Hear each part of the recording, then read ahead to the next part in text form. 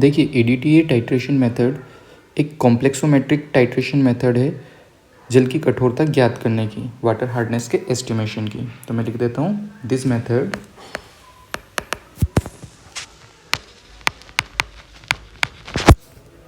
Is a complexometric technique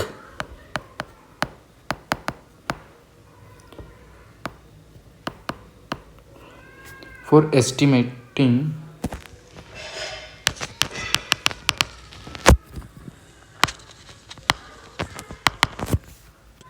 water hardness.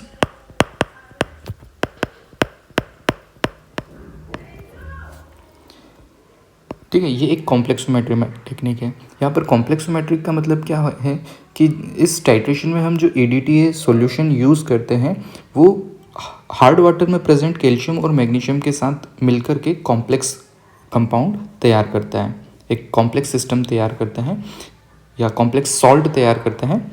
इसलिए इसे EDTA method को कॉम्प्लेक्सोमेट्रिक टाइट्रेशन मेथड कहते हैं। यहाँ पर EDTA का फुल फॉर्म क्या होता है? EDTA, तो EDTA जो है वो stands for ethylene diamine tetra acetic acid. Full form जरूर याद रखिएगा, इथिलीन डायमीन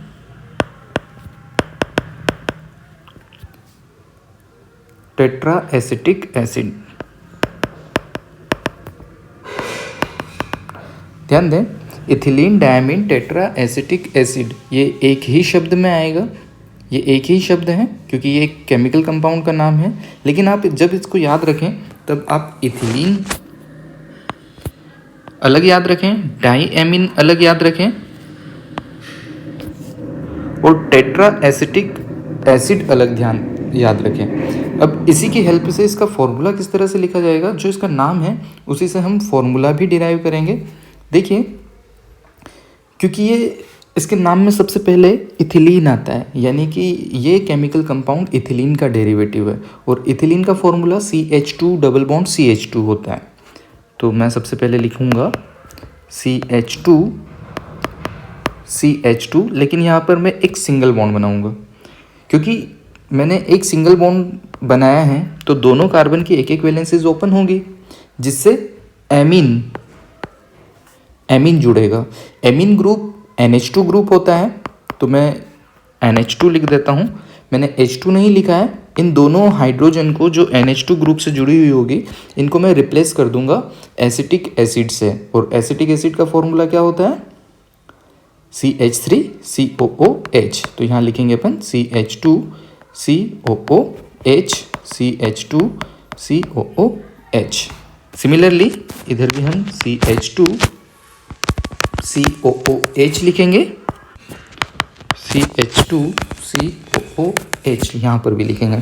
तो इस तरह से आप देखेंगे इतना पोर्शन इथिलीन है, ये वाला जो पोर्शन है ये दोनों इथिलीन के दोनों कार्बन के साथ जुड़ा हुआ है जो कि डायमीन पोर्शन है, और डायमीन के भी जो हाइड्रोजन है वो रिप्लेस हुए हैं एसिटिक एसिड से। इस तरह से इथिलीन डायमीन जो है, ethylene diamine tetra acetic acid EDTA, ये इसका संरचना सूत्र होगा, या कहें कि इसका स्ट्रक्चरल फॉर्मूला होगा। अब ये जो टाइट्रेशन मेथड है ये हम कुछ पॉइंट्स के बेसिस पर पढ़ते हैं। ये पॉइंट्स कौन से होंगे? एक हम पढ़ेंगे प्रिंसिपल, दूसरा हम पढ़ेंगे प्रोसीजर, और तीसरा हम पढ़ेंगे कैलकुलेशंस। ध्यान दें कि जब हम इसको पढ़ रहे हैं तो इन्हीं 3 पॉइंट्स के बेसिस पर इसको पढ़ेंगे।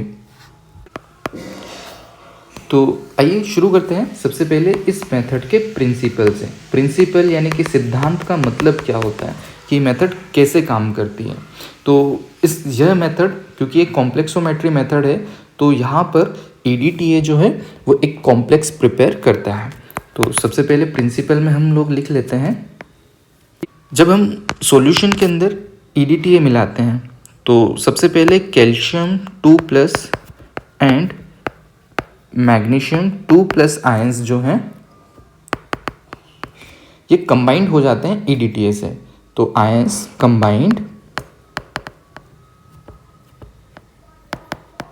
कंबाइंड विथ EDTA और its sodium salt to form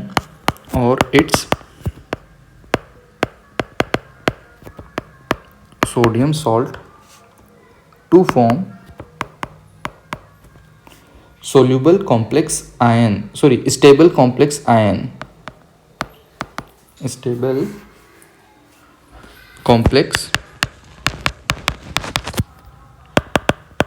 ions। ठीक है, ये एक स्टेबल कॉम्प्लेक्स बनाता है। EDTA का कैल्शियम मैग्नीशियम के साथ बना हुआ कॉम्प्लेक्स स्टेबल कॉम्प्लेक्स होगा, यानी कि आसानी से टूटता नहीं है। तो मैं लिख देता हूँ Ca2+ EDTA विच मैक्स कैल्शियम EDTA कॉम्प्लेक्स। इस ब्रैकेट का मतलब कॉम्प्लेक्स होता है। तो यहाँ पर ये कॉम्प्लेक्स तैयार हो गया जो कि एक स्टेबल कॉम्प्लेक्स है। इसी तरह से मैग्नीशियम के साथ भी सिमिलरली EDTA कंबाइंड होकर के magnesium EDTA stable complex form करता है। आइए अब पहली स्टेप में तो हमने क्या बताया है कि कैल्शियम और मैग्नीशियम EDTA के साथ स्टेबल कॉम्प्लेक्स तैयार करते हैं, लेकिन इस टाइट्रेशन का एंड पॉइंट पता करने के लिए हम इसके अंदर एक इंडिकेटर मिलाते हैं, EBT इंडिकेटर। अब EBT इंडिकेटर क्या करता है, वो भी कैल्शियम और मैग्नीशियम के साथ कॉम्प्लेक्स प्रिपेयर करता है, लेकिन ये कॉम्प्लेक्स अनस्टेबल होते हैं EDTA की तुलना में। EDTA के साथ कैल्शियम और मैग्नीशियम के बने हुए कॉम्प्लेक्स की तुलना में कम स्टेबल है। तो जब हम EDTA को ब्यूरेट में लेकर टाइट्रेशन करते हैं तो EBT इंडिकेटर के साथ बना हुआ कॉम्प्लेक्स ब्रेक हो जाता है। ठीक है, तो हम दूसरे पॉइंट में लिख लेते हैं कि an indicator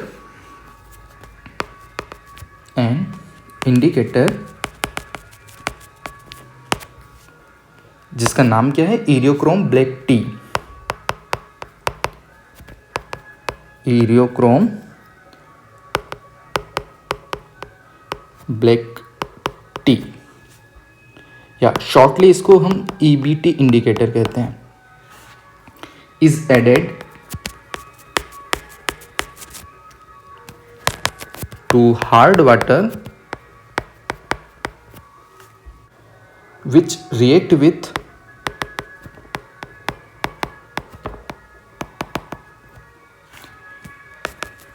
calcium 2+ and magnesium 2+ ions to form a weak complex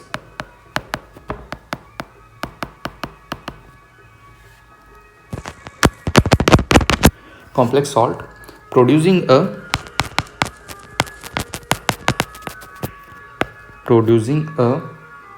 red color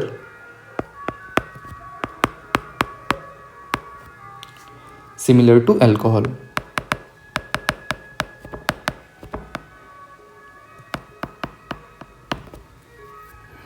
तो ये जब हम EBT इंडिकेटर हार्ड वाटर के अंदर मिलाते हैं तो कैल्शियम और मैग्नीशियम के साथ रिएक्ट करके एक वीक कॉम्प्लेक्स बनाता है, अनस्टेबल कॉम्प्लेक्स बनाता है जो कि रेड कलर का होता है।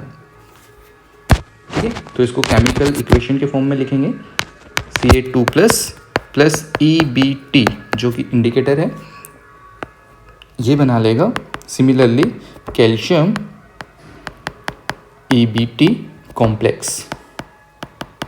ध्यान दें ये अनस्टेबल कॉम्प्लेक्स है। प्लस EBT जब कॉम्प्लेक्स नहीं बनाता है उस समय इसका कलर डार्क ब्लू या ब्लैक हो सकता है, तो मैं ब्लू लिख देता हूँ। और यहाँ पर इसका जब ये कैल्शियम के साथ कॉम्प्लेक्स बनाता है तब इसका कलर वाइन रेड होता है, तो यहाँ पर इसका कलर वाइन रेड हो गया। अब क्या होता है कि जब हम हार्ड वाटर के अंदर इंडिकेटर मिलाते हैं तब उस सॉल्यूशन का कलर वाइन रेड होगा, लेकिन जब हम ब्यूरेट से EDTA गिराएंगे तब कैल्शियम जितने भी अवेलेबल कैल्शियम है वो EDTA के साथ जुड़ करके स्टेबल कॉम्प्लेक्स फॉर्म कर लेंगे। लेकिन जब सारे कैल्शियम और मैग्नीशियम हार्ड वाटर से EDTA के साथ कॉम्प्लेक्स बना लेंगे तब EBT इंडिकेटर से EBT इंडिकेटर जो है वो भी डिसोसिएट हो जाएगा और इसके अंदर जो कैल्शियम मैग्नीशियम आयंस हैं वो हमारे EDTA के साथ कंबाइंड होकर के स्टेबल कॉम्प्लेक्स बना लेंगे। तो यहाँ पर लिखेंगे हम this weak complex is replaced by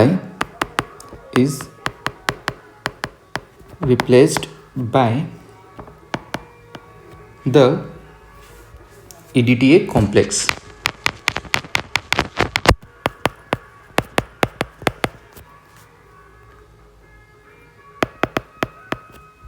During titration.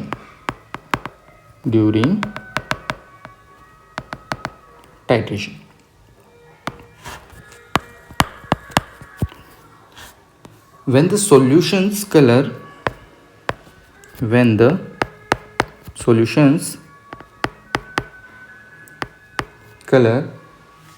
changes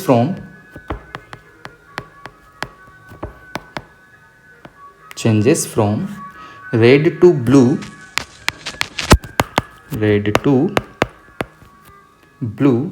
it indicates the end point.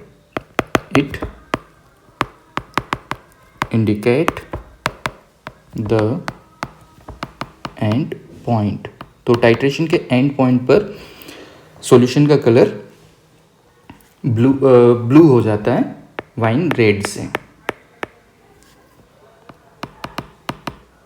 तो यहाँ पर भी इसको केमिकल इक्वेशन के फॉर्म में लिखेंगे। इनिशियली पानी के अंदर कैल्शियम EBT का कॉम्प्लेक्स बना हुआ है जब हमने सिर्फ इंडिकेटर मिलाया है, लेकिन जब हमने इसमें EDTA मिलाते हैं ब्यूरेट से तब यहाँ पर ये अनस्टेबल कॉम्प्लेक्स टूट करके कैल्शियम EDTA के कॉम्प्लेक्स बना लेते हैं। प्लस जो EBT इंडिकेटर है वो अगेन सेपरेट हो जाता है और इसका कलर ब्लू हो जाएगा। इसी तरह से पानी के अंदर मैग्नीशियम के सॉल्ट भी EBT के साथ कॉम्प्लेक्स बनाए होते हैं। ये भी EDTA मिलाने पर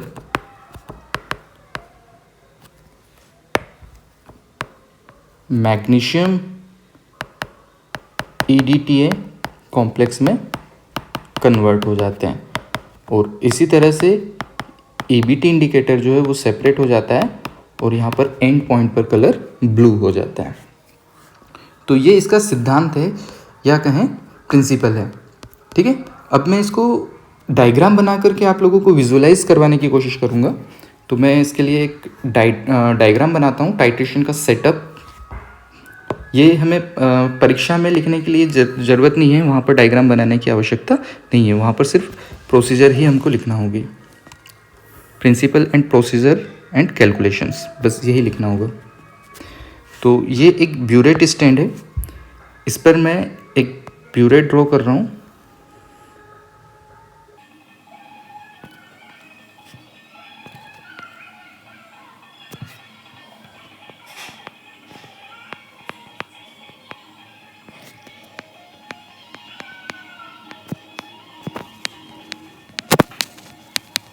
यहाँ पर हमने एक ब्यूरेट बनाई है।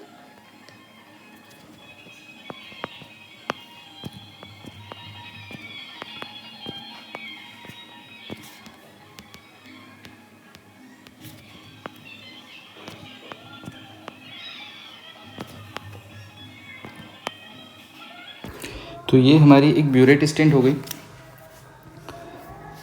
इसे हम ब्यूरेट कहते हैं।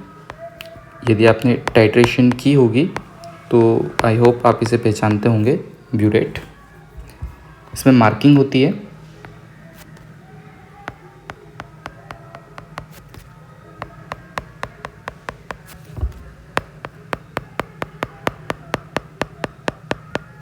जिसमें वॉल्यूम में अगर ये 150 ml है तो 150 ml लिखा हुआ होता है और सभी जगह पर यहाँ पर वॉल्यूम यहाँ पर इंडिकेट होते हैं। इसे हम ब्यूरेट कहते हैं। अब यहाँ पर क्या होता है कि एक कोनिकल फ्लास्क जिसमें हमने हार्ड वाटर लिया है, तो इस कोनिकल फ्लास्क के अंदर हम लेते हैं हार्ड वाटर।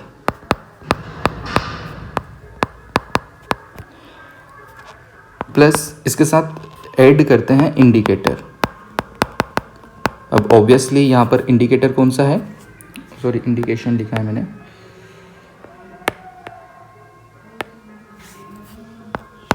इंडिकेटर। ऑब्वियसली यहाँ पर इंडिकेटर कौन सा है, ईबीटी इंडिकेटर। और साथ में यहाँ पर बफर सॉल्यूशन ऐड करते हैं, बेसिक बफर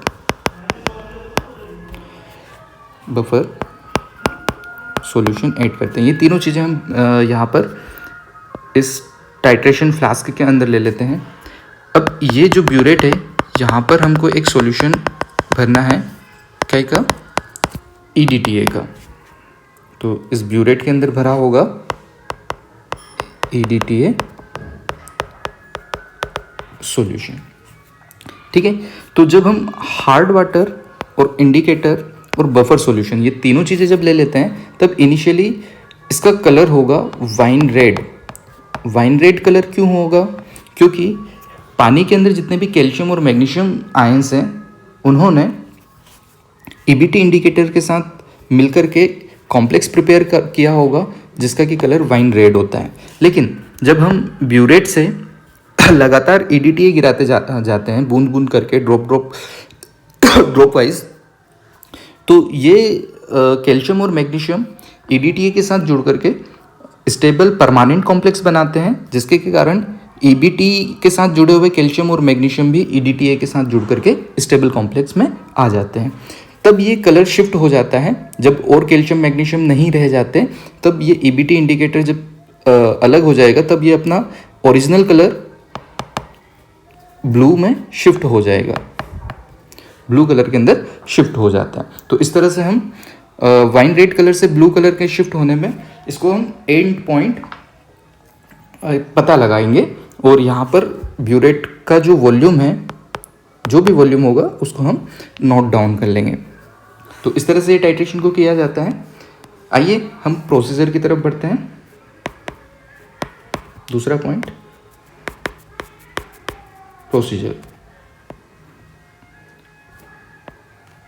ध्यान दें, प्रोसीजर को भी हम 3 पॉइंट बना करके पढ़ेंगे। पहला, हम स्टैंडर्डाइजेशन करेंगे EDTA सॉल्यूशन का।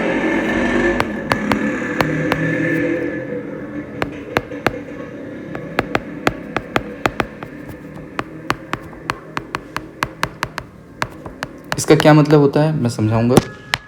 दूसरा, हम टोटल हार्डनेस एस्टिमेट करेंगे वाटर की, तो determination of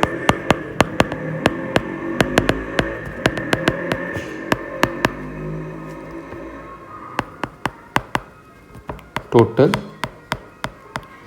hardness of water. ये कैसे होगा, ये टाइट्रेशन करके डिटरमाइन करेंगे। और तीसरी स्टेप में हम क्या करेंगे, परमानेंट हार्डनेस निकालेंगे, तो डिटर्मिनेशन ऑफ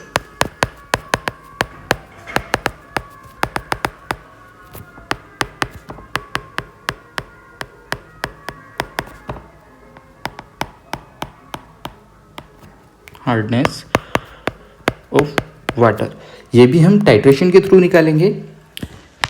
और फोर्थ, हम टेम्परेरी हार्डनेस निकालेंगे, लेकिन ये कैलकुलेशन से निकलेगी, इसलिए हम इसे कैलकुलेशन वाले पार्ट में पढ़ लेंगे। ठीक है, तो हम 1 बाय 1 एक एक पॉइंट को समझते हैं। पहला, standardisation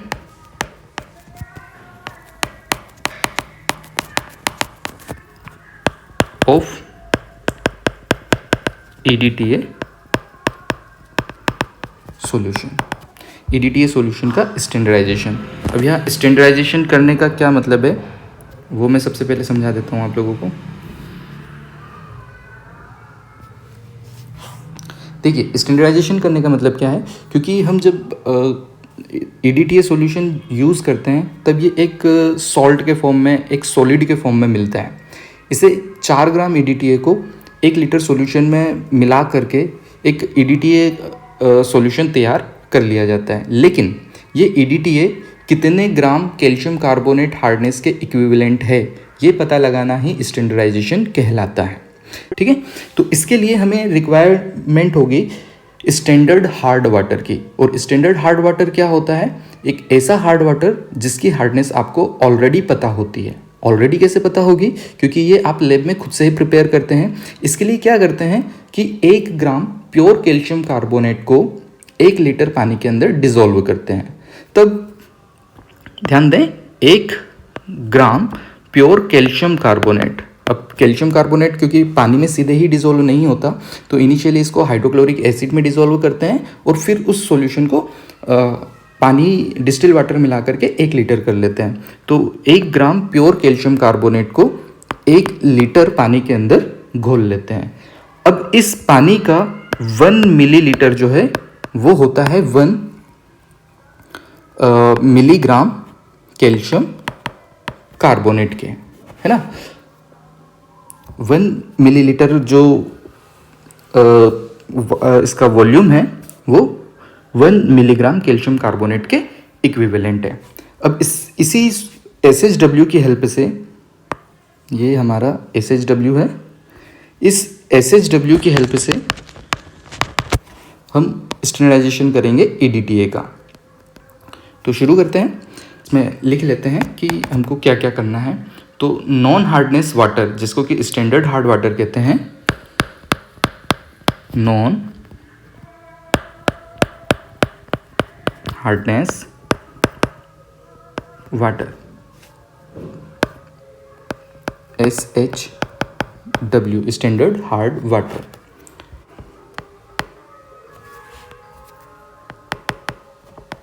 with a non hardness of 1 milligram पर लीटर। ये मैंने अभी पहले बताया था कैसे तैयार करना है। Is used. स्टैंडर्डाइजेशन करने के लिए हमको एक स्टैंडर्ड हार्ड वाटर चाहिए रहेगा जो कि 1 मिलीग्राम पर लीटर की हार्डनेस रखता है। दूसरा, the SHW is titrated with EDTA solution. The SHW is titrated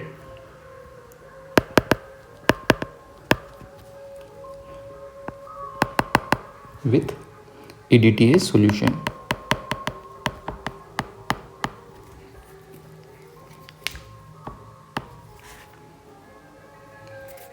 Next, the volume of EDTA consumed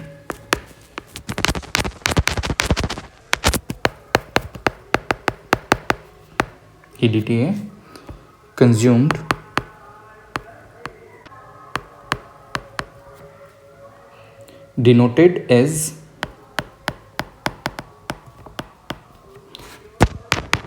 V1 is recorded. तो इस प्रोसीजर में हम क्या कर रहे हैं कि SHW का टाइट्रेशन हम EDTA सॉल्यूशन के अगेंस्ट कर रहे हैं, और जो भी EDTA हमें एंड पॉइंट में सॉल्यूशन के अंदर गिरेगा उसके लिए वॉल्यूम रिकॉर्ड करेंगे V1। आइए कैसे करते हैं, तो मैं फिर से डायग्राम में इसको समझा देता हूँ। यहाँ पर जो टाइट्रेशन फ्लास्क लिया है इसके अंदर हार्ड वाटर हमने लिया है। इस हार्ड वाटर की जगह हम यहाँ पर लेते हैं स्टैंडर्ड हार्ड वाटर, है ना। जब हम स्टैंडर्डाइजेशन कर रहे हैं तब हार्ड वाटर कौन सा यूज़ करेंगे? स्टैंडर्ड हार्ड वाटर, जिसके अंदर 1 मिलीग्राम कैल्शियम कार्बोनेट घुला हुआ है 1 लीटर पानी के अंदर, है ना, जिसका कॉन्सेंट्रेशन हमको ऑलरेडी पता है। अभी हमें EDTA का कॉन्सेंट्रेशन नहीं पता है, तो हम क्या कर रहे हैं कि यहाँ पर EDTA को गिरा रहे हैं और SHW के अगेंस्ट इसको यहाँ पर टाइट्रेट कर रहे हैं। तो यहाँ पर हमारी फर्स्ट रीडिंग जो आई है, मान लेते हैं वो रीडिंग क्या है, हमारी फर्स्ट रीडिंग V1 रीडिंग है। ठीक है, अभी हम इसको यहीं तक याद रखेंगे, फिर कैलकुलेशन वाले पार्ट में देखेंगे कि इस रीडिंग की हेल्प से स्टैंडर्डाइजेशन कैसे किया जाता है। ठीक है, चलो आगे बढ़ते हैं।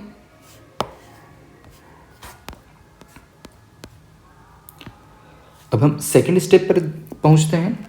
सेकंड स्टेप में हम क्या करेंगे, हम डिटर्मिनेशन करेंगे टोटल हार्डनेस के लिए।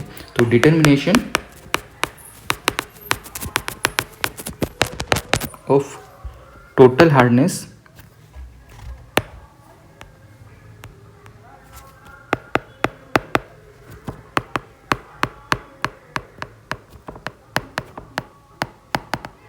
Of water.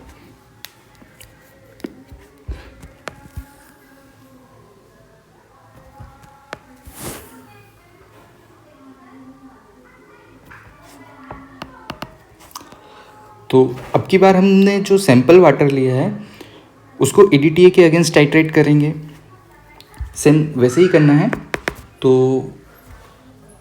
यहाँ पर सैंपल हम 50 ml लेंगे पिपेट की हेल्प से। 50 ml of unknown hard water यानी कि जिसका आपको हार्डनेस कैलकुलेट करना है, पता लगाना है। Unknown hard water is taken in conical flask।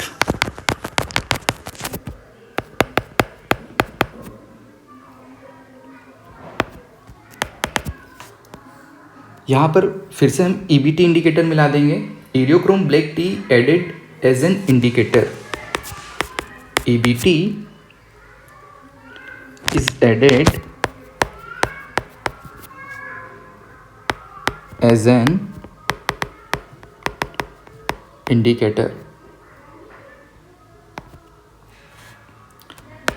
फिर हम क्या करेंगे, उस सैंपल को टाइट्रेट करेंगे। The sample is titrated with the standardised EDTA solution.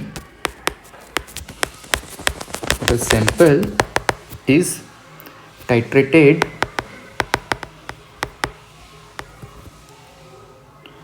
with the standardized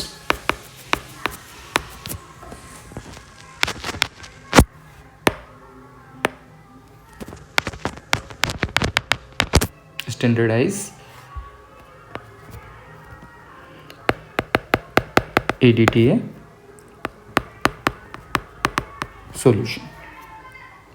ठीक है, अब यहाँ पर भी रीडिंग जो आएगी इसे हम नोट कर लेंगे। The volume of EDTA consumed, the volume of EDTA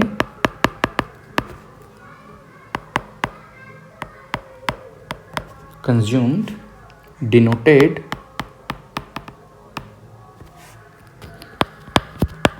as V2 is recorded. इसको हमने रिकॉर्ड कर लिया। ठीक है, कैसे करना है एक बार फिर से मैं आपको डायग्राम में बता देता हूँ। हार्ड वाटर जो ले रहे हैं, अब की बार हम सैंपल वाटर लेंगे। कितना लेंगे, 50 ml सैंपल वाटर। अब फिर से हम यहाँ पर EDTA मिलाकर EBT मिलाकर के बफर सॉल्यूशन मिलाकर के टाइट्रेशन कर रहे हैं और मान लेते हैं अब की बार हमारे पास V2 ml सॉल्यूशन EDTA गिरता है। तो अब की इस बार की रीडिंग क्या है, V2। अब इस V2 रीडिंग की हेल्प से हम किस तरह से टोटल हार्डनेस का एस्टिमेशन करेंगे, हम कैलकुलेशन वाले पार्ट में सीखेंगे। आइए थर्ड स्टेप पर पहुंचते हैं। Determination of permanent hardness.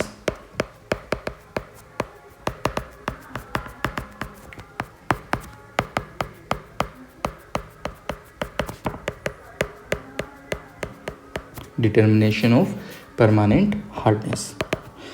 तो अब हम परमानेंट हार्डनेस का डिटर्मिनेशन कैसे करें, इसके लिए क्या करना होगा कि जो हमारे सॉल्यूशन के अंदर सैंपल वाटर के अंदर जो हार्डनेस है वो दो तरह की हार्डनेस है।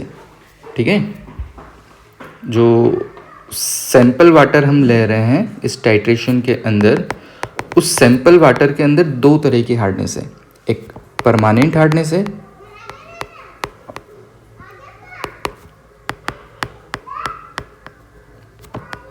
और दूसरी है टेम्परेरी हार्डनेस।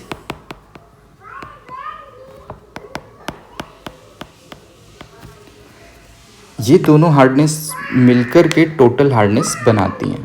तो टोटल हार्डनेस तो हम लोगों ने डिटरमाइन कर ली, लेकिन अब हम परमानेंट हार्डनेस पता लगाना चाहते हैं।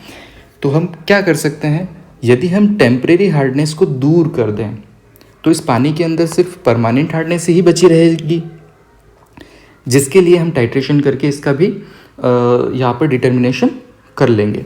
अब टेम्परेरी हार्डनेस को कैसे दूर किया जाता है, आप सबको पता होगा कि टेम्परेरी हार्डनेस को हम सिंपली बॉईल करके दूर कर सकते हैं। तो इसके लिए हम क्या करेंगे कि यहाँ पर 100 ml सैंपल वाटर ले लेंगे और इसको एक फ्लास्क में लेकर के काफ़ी समय तक उबालते हैं, है ना। तब तक उबालते हैं जब तक कि सारा पानी इसके अंदर इवेपोरेट ना हो जाए, वो वेपर बन करके बाहर ना चले जाए, तब तक इस सॉल्यूशन को उबालते हैं, इस पानी को उबालते हैं, सिंपल वाटर को उबालते हैं। ठीक है, जब कंप्लीटली ये वाटर इवेपोरेट हो जाएगा तब एक वाइट लेयर उस फ्लास्क के अंदर बची रह जाएगी। तब इसमें डिस्टिल वाटर मिलाएंगे, डिस्टिल वाटर ऐड करेंगे और जो भी रेसिड्यू बचा हुआ है उसे वापस से उस डिस्टिल वाटर के अंदर डिसॉल्व कर लेंगे। फिर एक फिल्टर पेपर की हेल्प से इस सॉल्यूशन को छान लेंगे और वॉल्यूम को फिर से 100 ml बना लेंगे। देखिए ऐसा करने से हुआ क्या कि जितने भी टेम्परेरी हार्डनेस कॉजिंग सॉल्ट थे वो सब डिसोसिएट हो गए और टेम्परेरी हार्डनेस दूर हो गई। जब हमने इसमें वापस से डिस्टिल वाटर ऐड किया तो टेम्परेरी हार्डनेस वाले सॉल्ट तो इनसोल्यूबल सॉल्ट में कन्वर्ट हो चुके हैं, तो वो उस डिस्टिल वाटर के साथ डिसॉल्व नहीं होंगे, लेकिन परमानेंट हार्डनेस करने वाले सॉल्ट जो है वो उस पानी के साथ फिर से डिसॉल्व हो जाएंगे और फिल्टर पेपर से सेपरेट आउट करने पर सिर्फ परमानेंट हार्डनेस जो है वो फिल्ट्रेट में पहुंचेगी और टेम्परेरी हार्डनेस फिल्टर पेपर के ऊपर ही रह जाएगी। और वॉल्यूम को हमने फिर से 100 ml बना लिया है। अब इस 100 ml वाले सैंपल वाटर से जो हमने जिसमें टेम्परेरी हार्डनेस को रिमूव किया है, फिर से टाइट्रेशन करेंगे। टाइट्रेशन की वही प्रोसीजर है तो हम लिख लेते हैं और साथ में इस प्रोसीजर को भी लिखेंगे। 100 ml of hard water is boiled until approximately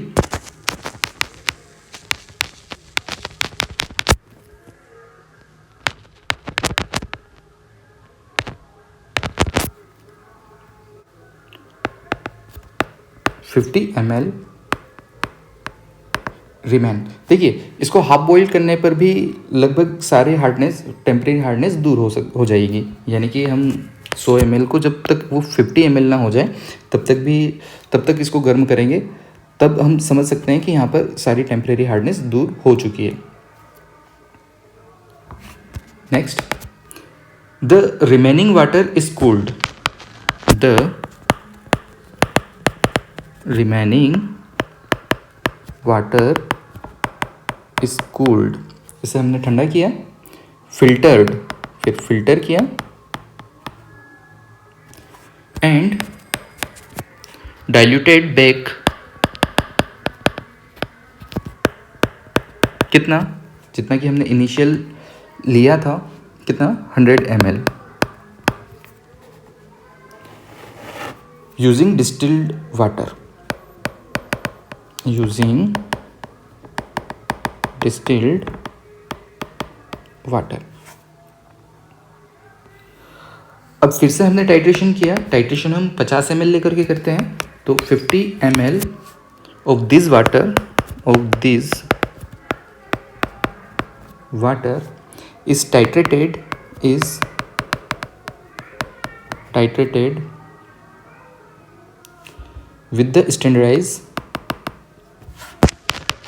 with the standardized EDTA solution।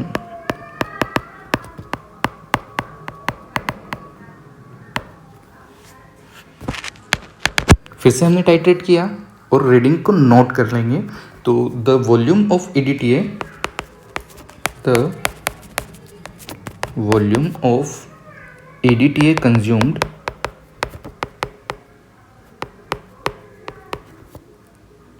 denoted as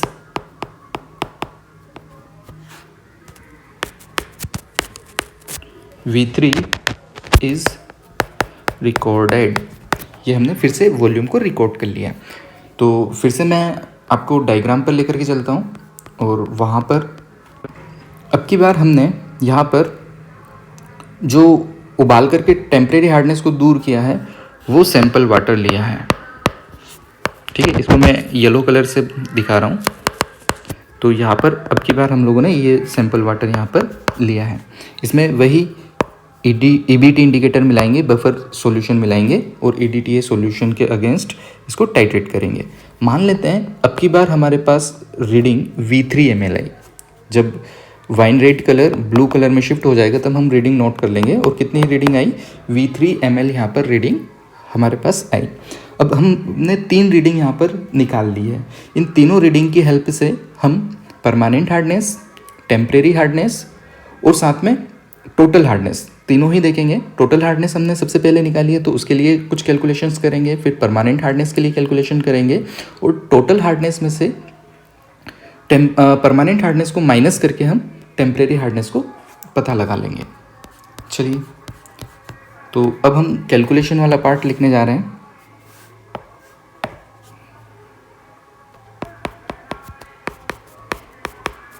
calculations यानी कि गणनाएं।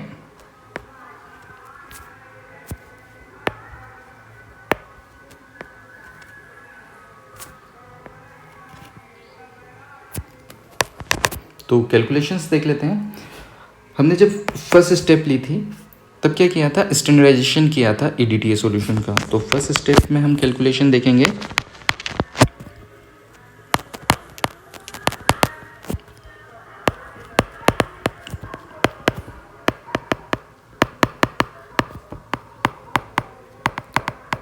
EDTA सॉल्यूशन का अभी देखिए, आपने फ्लास्क के अंदर कितना स्टैंडर्ड हार्ड वाटर लिया था, 50 ml लिया था या नहीं लिया था, 50 ml लिया था, है ना,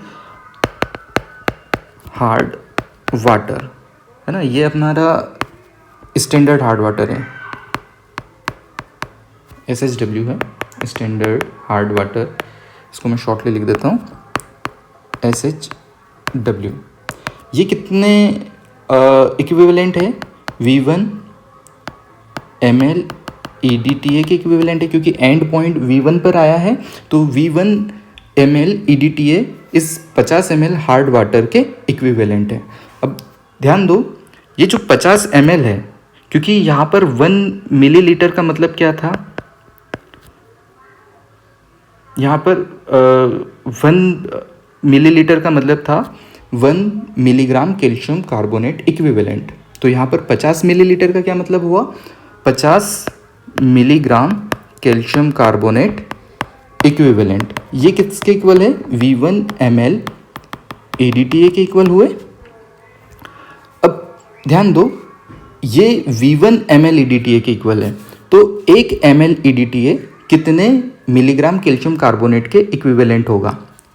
ध्यान दो, हम क्या करेंगे, V1 को अगर 50 से अपॉन कर दें, 50 के बटे में लिखें तो 1 ml के लिए आ जाएगा, यानी कि 1 ml EDTA इक्वल हुआ 50 upon V1 milligram calcium carbonate equivalent. ठीक है, ये स्टैंडर्डाइजेशन हुआ EDTA का। इस स्टैंडर्डाइजेशन से हमें क्या सीख मिली कि 1 ml EDTA जो है वो 50 upon V1 milligram calcium carbonate equivalent है। ठीक है, आइए आगे बढ़ते हैं। सेकेंड स्टेप के लिए कैलकुलेशन करते हैं, जो कि है calculation of total hardness. Calculation of total hardness.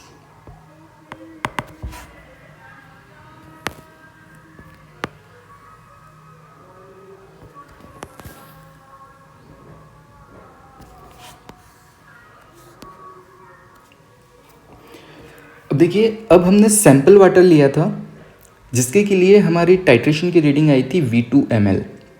तो यहाँ पर अपने sample water 50 ml sample water जो है वो V2 ml EDTA के इक्वल था, है ना, क्योंकि उसको टाइट्रेट करने के लिए V2 ml EDTA का सॉल्यूशन गिरा था। अब ध्यान दें, अगर हम इसको कैल्शियम कार्बोनेट के इक्विवेलेंट निकालें तो V2 ml जो है वो इसमें गुणा कर देंगे हम किसका, 50/V1 का, तो ये आ जाएंगे कैल्शियम कार्बोनेट इक्विवेलेंट। ठीक है। अब ध्यान दो, ये हमारा 50 ml सैंपल है, तो अगर हम 1 ml सैंपल के लिए निकालें तब V2 × 50/V1 और 50 का हम यहाँ पर भाग दे देंगे, ये 50 को हम अपॉन में लेकर के आएंगे। ठीक है, 1 ml सैंपल के लिए निकलेगा। लेकिन यदि हम 1 लीटर के लिए निकालें तब 1 लीटर हार्ड वाटर के लिए निकालें तब क्या होगा कि V2 × 50/V1 × 50 और इसमें गुणा करना होगा 1000 का, तब ये 1 लीटर के लिए हो जाएगा, क्योंकि 1000 ml = 1 लीटर होता है, इसलिए हमने 1000 से यहाँ पर गुणा कर दिया। ध्यान दो, 50 से 50 को हम कैंसिल कर सकते हैं, तब ये टोटल हार्डनेस जो कि हम 1 लीटर सॉल्यूशन में निकाल रहे हैं वो कितनी होगी, V2/V1 × 1000 मिलीग्राम कैल्शियम कार्बोनेट। अब ये 1 लीटर में है तो इसको हम पर लीटर लिखेंगे। ठीक है, पर लीटर, और इसको हम ppm भी तो कहते हैं। तो टोटल हार्डनेस जो है, टोटल हार्डनेस वो कितनी होगी, V2/V1 × 1000, क्योंकि मिलीग्राम कैल्शियम कार्बोनेट पर लीटर को हम ppm भी कहते हैं, तो हम यहाँ पर ppm लिख देंगे इसे। तो इस तरह से हम एस्टिमेट कर लेंगे टोटल हार्डनेस ऑफ वाटर। तीसरी स्टेप में हमको क्या करना है, थर्ड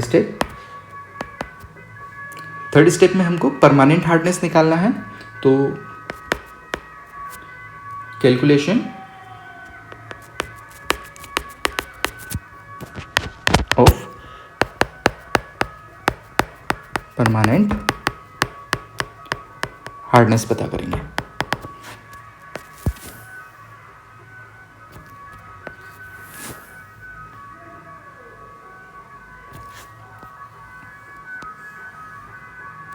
अब ध्यान दो, सेम वैसे ही होगा जैसा हमने ऊपर किया है, तो मैं इसको सीधे ही लिख देता हूँ। सिर्फ वॉल्यूम जो गिरा था वो अब की बार V3 ml गिरा था, तो परमानेंट हार्डनेस की कैलकुलेशन सिमिलरली वैसे ही होगी। तो जहाँ V2 लिखा है वहाँ पर V3 लिख देंगे, V1 × 1000 ppm, क्योंकि हमने पूरी टाइट्रेशन उसी तरह से की है जिस तरह से हमने टोटल हार्डनेस के लिए की थी। तो फॉर्मूले में क्या डिफरेंस आएगा, सिर्फ जहाँ V2 था वहाँ पर V3 आ जाएगा। इसको हम सिमिलरली लिख करके इस तरह से लिख सकते हैं। ठीक है, आप चाहें तो वापस से इसी तरह से करके भी यहाँ तक पहुँच सकते हैं। अब फोर्थ, हमें कैलकुलेशन करनी है टेम्परेरी हार्डनेस की। Calculation of temporary hardness.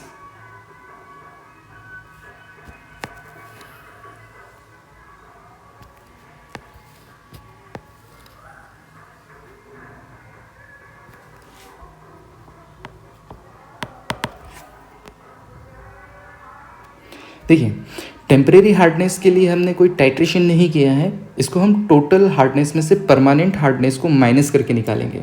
तो टेम्परेरी हार्डनेस को हम कैसे निकाल रहे हैं,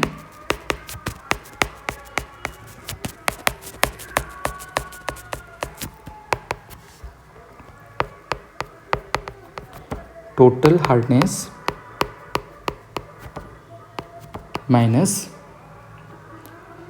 परमानेंट हार्डनेस।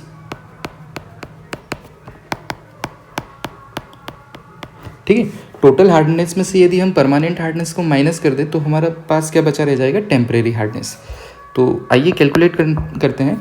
टोटल हार्डनेस कितनी थी, तो टोटल हार्डनेस हमने ऊपर लिखी थी, total hardness equal V2 upon V1 into 1000। तो हम इसको लिखेंगे V2 अपॉन V1 इंटू 1000। आइए ब्रैकेट में बंद कर देते हैं, माइनस परमानेंट हार्डनेस कितनी थी, याद करिए, V3 अपॉन V1 इंटू 1000। इसे भी हम ब्रैकेट में लिख लेते हैं। अब ध्यान दो, 1000 दोनों में ही है, तो हम 1000 को कॉमन ले सकते हैं। 1000 V2 upon V1 minus V3 upon V1। ठीक है, इसको और आगे सिंप्लीफाई करते हैं, तो 1000 इंटू V1 हम कॉमन ले लेंगे, ऊपर रहेगा V2 माइनस V3। तो इस तरह से ये फॉर्मूला जो है ये टेम्परेरी हार्डनेस के लिए बनेगा।